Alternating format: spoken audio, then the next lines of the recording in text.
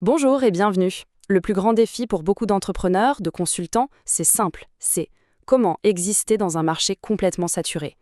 Aujourd'hui, on va décortiquer ensemble une méthode pour passer de une option parmi d'autres à le choix évident.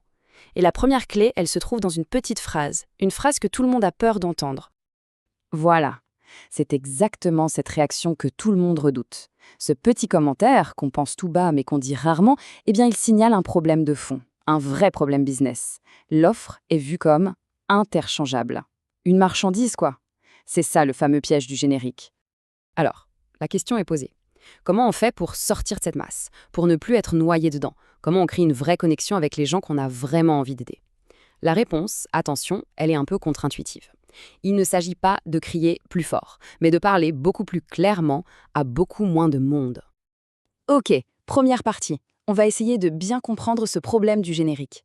L'erreur classique, celle que presque tout le monde fait, c'est de vouloir parler à tout le monde. On se dit, plus j'arrose large, plus je toucherai de gens. Mais en fait, la vraie solution, c'est tout l'inverse. Il faut personnaliser son offre pour une audience hyper spécifique. Je veux dire vraiment définir sa cible avec une précision chirurgicale. Et ça, c'est une vérité qui peut faire un peu mal, mais elle est essentielle. On peut avoir l'idée la plus géniale du monde, la solution parfaite. Si elle n'est pas comprise par les bonnes personnes, elle n'aura juste aucun impact. Zéro. Le but du jeu, ce n'est pas de paraître intelligent, c'est de rendre des choses compliquées, parfaitement claires pour son client idéal.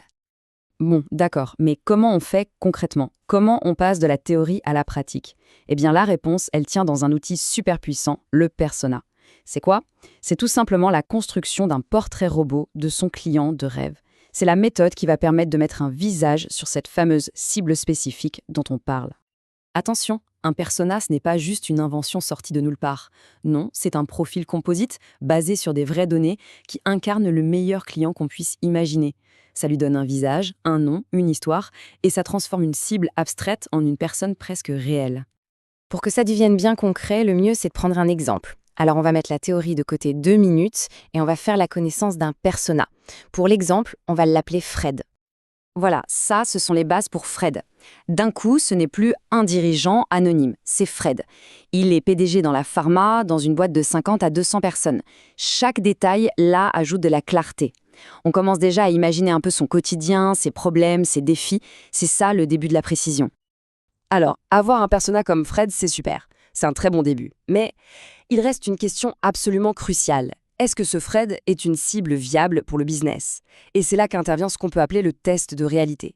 Une étape de validation qui est juste non négociable.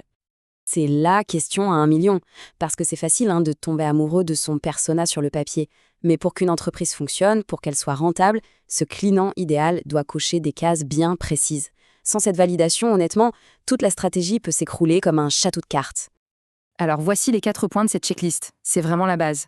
Premièrement, est-ce que cette personne a un problème urgent qu'on peut résoudre? Deuxièmement, est-ce qu'elle a l'argent pour s'offrir une solution de qualité, une solution haut de gamme? Troisièmement, est-ce qu'on peut l'attendre facilement avec notre communication, notre marketing? Et enfin, le 4e point qui est capital. Est-ce que son marché est en croissance?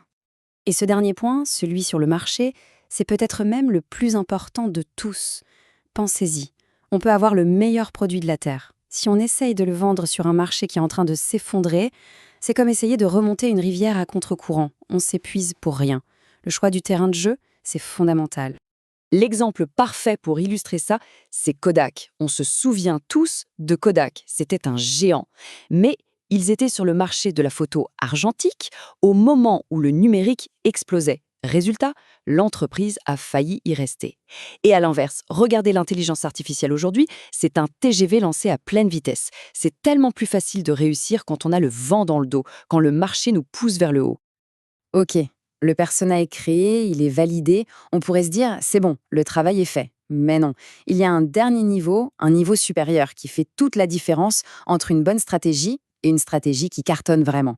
Il s'agit d'aller au-delà des simples faits, au-delà des chiffres pour aller toucher l'humain. Savoir que Fred est un PDG dans la pharma, c'est une bonne info, c'est utile. Mais ça ne suffit pas pour créer un vrai lien, une vraie connexion. Pour vraiment, vraiment se démarquer, il faut aller chercher plus loin. Il faut comprendre ce qui l'anime au fond de lui. Ce tableau résume parfaitement le passage d'un niveau à l'autre. Le ciblage classique, lui, il s'arrête aux faits, la profession, la taille de l'entreprise, etc. Mais le ciblage en profondeur, lui, il va chercher à comprendre les émotions. D'un côté, ses 5 plus gros problèmes, ses points de douleur. Et de l'autre, son rêve le plus grand.